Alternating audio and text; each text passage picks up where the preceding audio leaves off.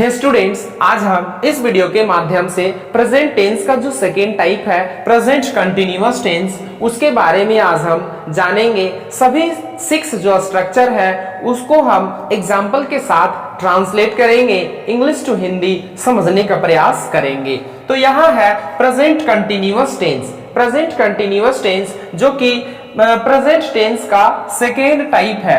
तो इसमें हिंदी का जो सेंटेंस है उसको हम लोग कैसे पहचानते हैं? तो यहाँ रहा है मीन्स कोई भी हिंदी सेंटेंस के लास्ट में अगर रहा है, रहा हूं, रहे हैं, रहे हो, इटीसी हो तो वो प्रेजेंट कंटिन्यूअस टेंस का वाक्य होता है।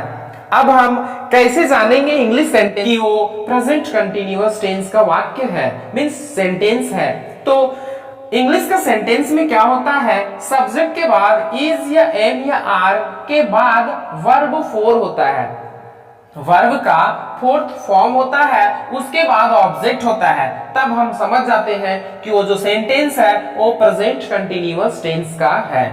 मींस इज एम आर के साथ जहां भी वर्ब 4 यूज होता है वो क्या होता है, प्रेजेंट कंटिन्यूअस टेंस का सेंटेंस होता है।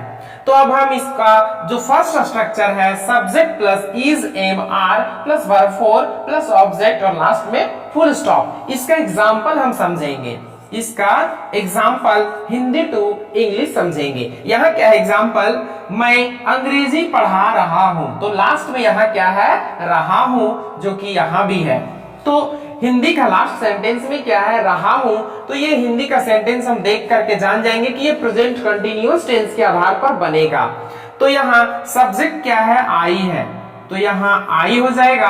आई के साथ हेल्पिंग वर्ब आपको पता है कि एम लगता है, तो आई एम। और यहाँ वर्ब कौन है, तो पढ़ाना। पढ़ाना क्या है, वर्ब है, तो इसका आई एम जी फॉर्म लगेगा। इट मीन्स की वर्ब फोर्थ लगेगा। तो आई एम टीचिंग इंग्लिश।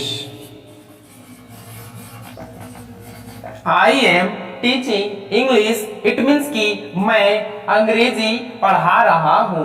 तो हम इंग्लिश का सेंटेंस को कैसे पहचानेंगे कि ये प्रेजेंट कंटिन्यूअस टेंस का है? तो यहाँ इज या एम के बाद हमेशा वर्ब 4 आना चाहिए।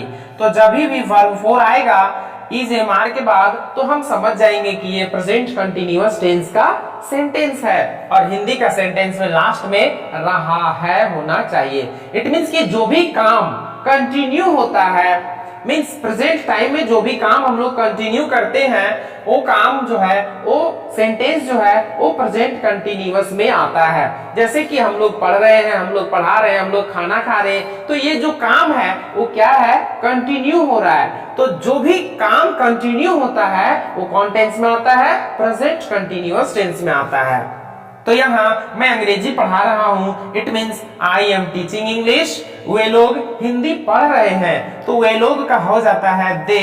अब दे क्या है, प्लूरल सब्जेक्ट है, प्लूरल सब्जेक्ट के साथ आर लगता है, तो दे आर रीडिंग हिंदी। वे लोग हिंदी पढ़ रहे हैं, it means they are reading Hindi. तो यहाँ दे क्या हो जाएगा, दे सब्जेक्ट हो जाएगा, ये हेल्पिंग वर्ब, रीडिंग वर्ब 4 और ये हिंदी जो है वो ऑब्जेक्ट। यहाँ इंग्लिश जो है वो क्या है, ऑब्जेक्ट है। इस तरह से फर्स्ट स्ट्रक्चर के अनुसार सेंटेंस को ट्रांसलेट किया जाता है।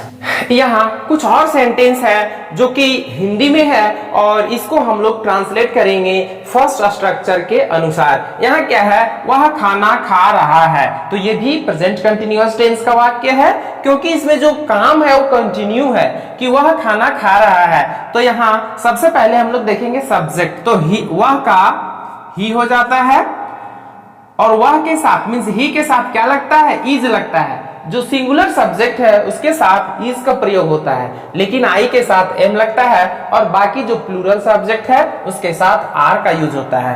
तो यहाँ सब्जेक्ट हो गया ही के साथ हेल्पिंग वर्ब इज लगेगा और खाना का eating, he is eating food. वह खाना खा रहा है, इसका मतलब he is eating food.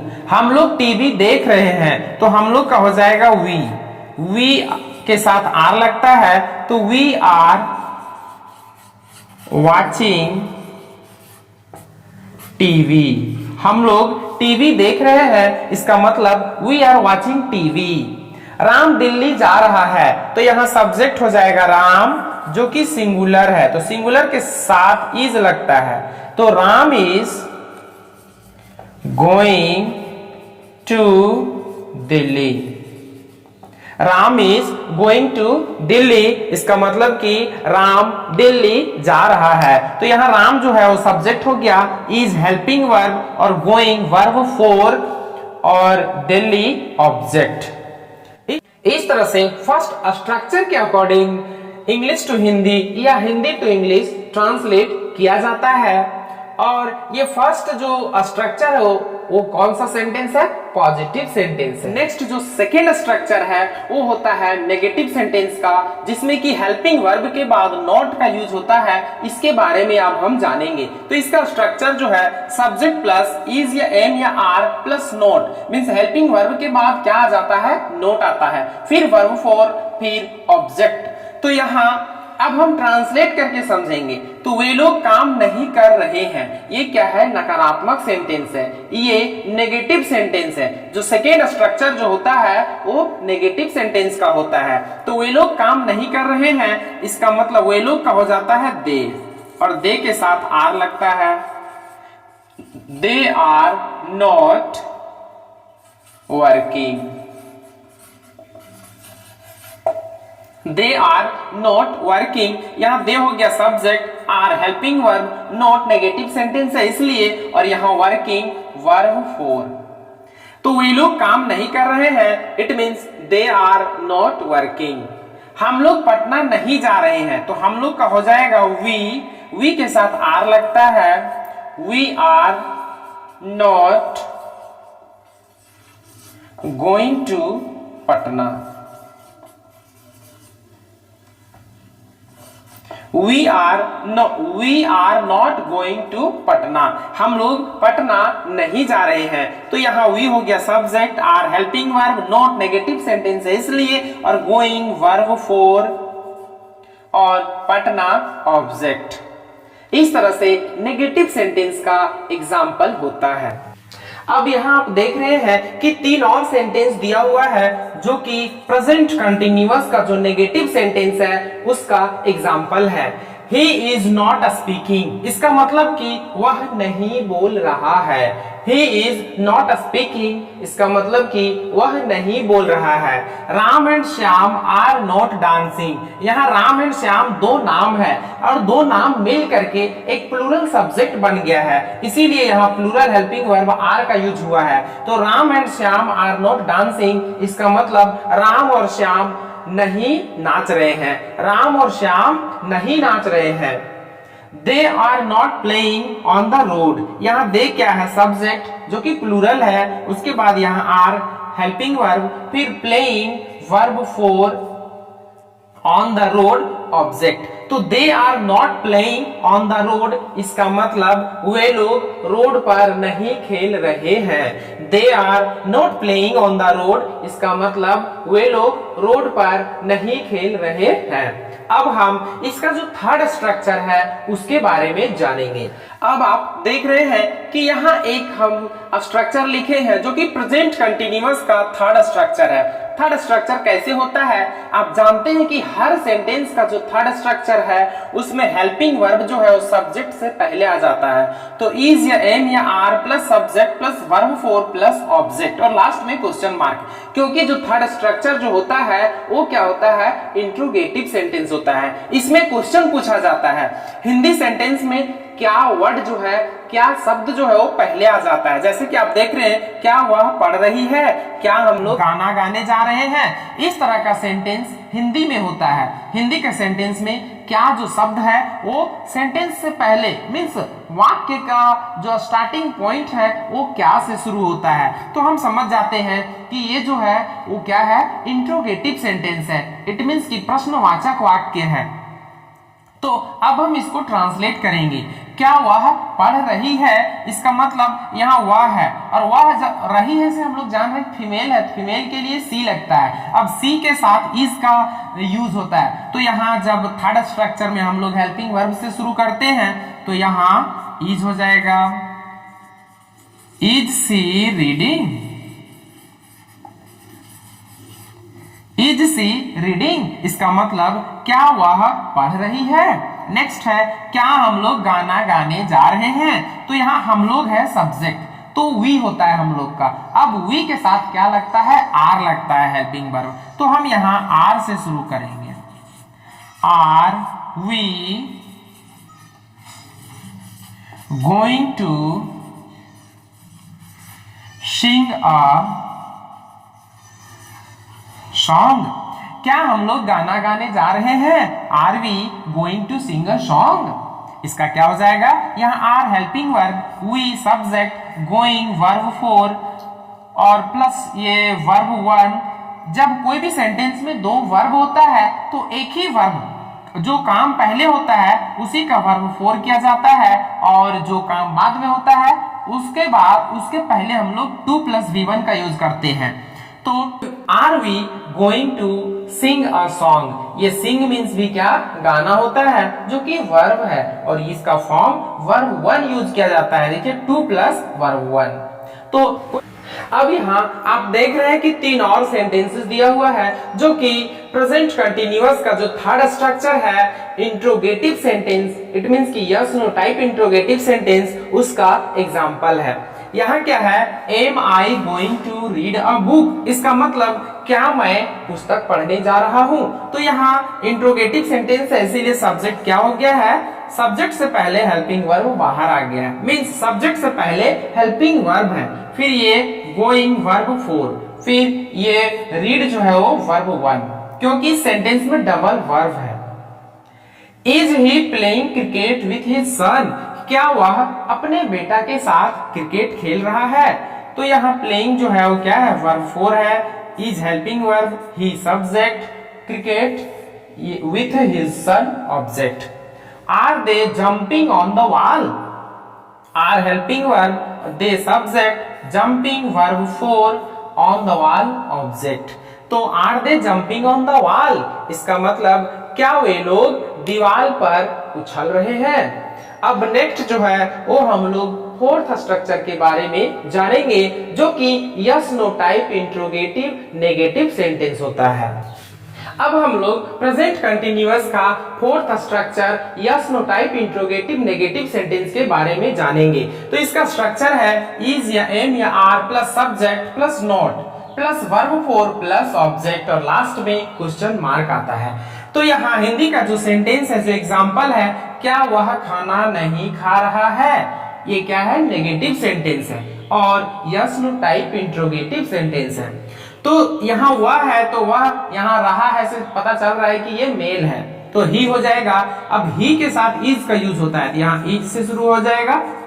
Is he not eating food, क्या वह खाना नहीं खा रहा है, इसका मतलब is he not eating food.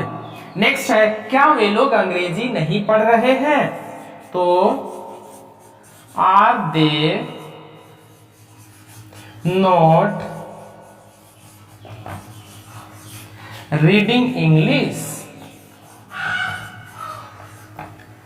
क्या वे लोग अंग्रेजी नहीं पढ़ रहे हैं, इसका मतलब are they not reading English. यहाँ 2 और सेंटेंस है, जो कि yes no type interrogative negative sentence का एग्जाम्पल है।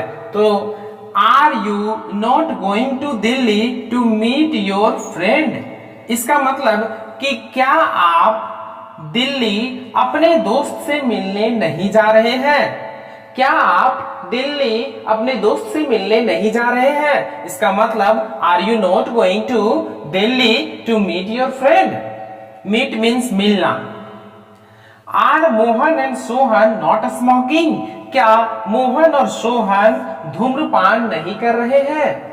Are Mohan and Sohan not smoking, इसका मतलब क्या मोहन और सोहन धूम्रपान नहीं कर रहे हैं। इस तरह से प्रेजेंट कंटिन्यूअस टेंस का फोर्थ स्ट्रक्चर का एग्जाम्पल होता है।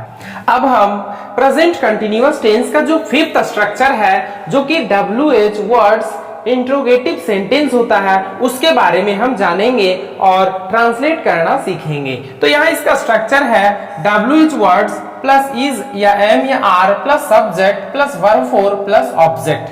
अब यहाँ क्या है कि WH वर्ड्स होता क्या है, तो what, when, how, where, which, whose, who, ये सब जो है वो क्या है, WH वर्ड्स हैं। तो वह क्या खा रहा है, तो यहाँ क्या का क्या होता है, व्हाट, तो यहाँ व्हाट से हो जाएगा। अब यहाँ सब्जेक्ट ही है, तो ही के साथ इज का प्रयोग होता है, तो व्हाट इज ही ईटिंग,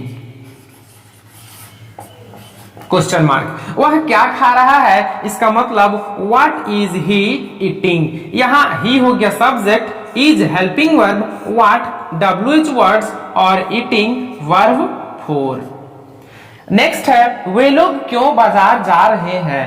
वे लोग क्यों बाजार जा रहे हैं, तो यहाँ WH वर्ड्स क्यों है, तो क्यों का हो जाता है why। अब यहाँ सब्जेक्ट है वे लोग, तो वे लोग का क्या हो जाता है दे, तो दे के साथ आर हेल्पिंग वर्ब लगता है, तो why are they going to market, question mark. वे लोग क्यों बाजार जा रहे हैं, इसका मतलब why are they going to market। यहाँ कुछ और सेंटेंस दिया हुआ है प्रेजेंट कंटिन्यूअस टेंस का जो फिफ्थ स्ट्रक्चर है उसका, तो हम समझेंगे। यहाँ क्या है, why is Mohan beating you, तो यहाँ मोहन हो गया सब्जेक्ट, इज हेल्पिंग वर्ब और why WH वर्ड्स और बीटिंग वर्ब फोर और यू ऑब्जेक्ट। तो why is Mohan beating you, इसका मतलब मोहन तुम्हें क्यों पीट रहा है। नेक्स्ट है Where is Sita living nowadays, nowadays का मतलब होता है आजकल, तो Where is Sita living nowadays, आजकल सीता कहाँ रह रही है। तो यहाँ सीता हो गया सब्जेक्ट, इज हेल्पिंग वर्ब और where WH वर्ड्स, इसका मतलब होता है कहाँ। Who is dancing on the stage, stage पर कौन नाच रहा है, स्टेज पर कौन नाच रहा है, तो who means कौन, तो यहाँ who जो है वो सब्जेक्ट के रूप में ही यूज किया गया है, तो who is dancing on the stage, इसका मतलब स्टेज पर कौन नाच रहा है। इस तरह से प्रेजेंट कंटिन्यूअस का जो फिफ्थ स्ट्रक्चर है उसका एग्जाम्पल होता है।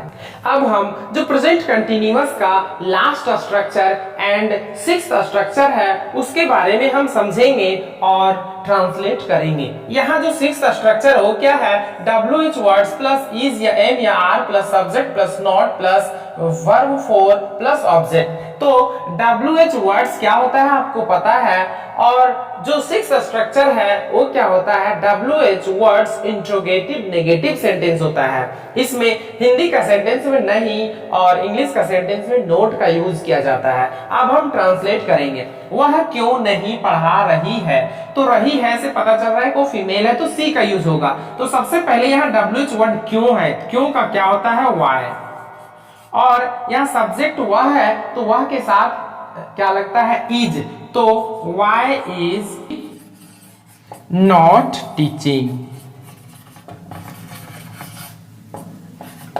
वह क्यों नहीं पढ़ा रही है, इसका मतलब why is not teaching हो गया सब्जेक्ट, इज हेल्पिंग वर्ब और why WH वर्ड और टीचिंग वर्ब फोर। नेक्स्ट है वे लोग कहाँ नहीं जा रहे हैं, तो यहाँ कहाँ है WH वर्ड, तो कहाँ का क्या होता है where।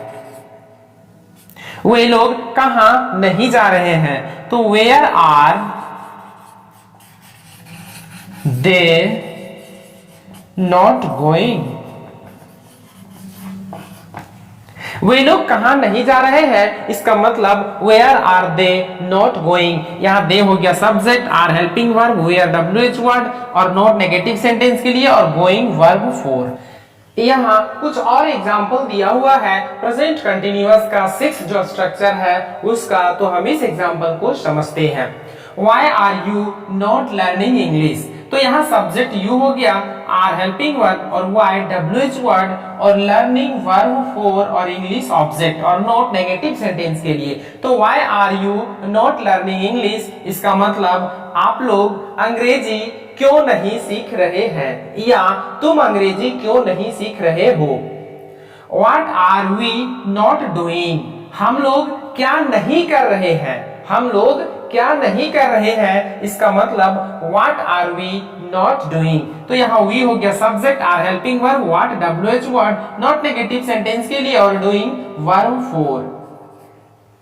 नेक्स्ट है how are they not going to Patna, वे लोग पटना कैसे नहीं जा रहे हैं। How are they not going to Patna, इसका मतलब वे लोग पटना कैसे नहीं जा रहे हैं। तो यहाँ क्या हो जाएगा, हाउ जो है वो WH वर्ड है और आर जो है helping verb, they subject not negative sentence के लिए, गोइंग वर्ब फॉर और पटना ऑब्जेक्ट।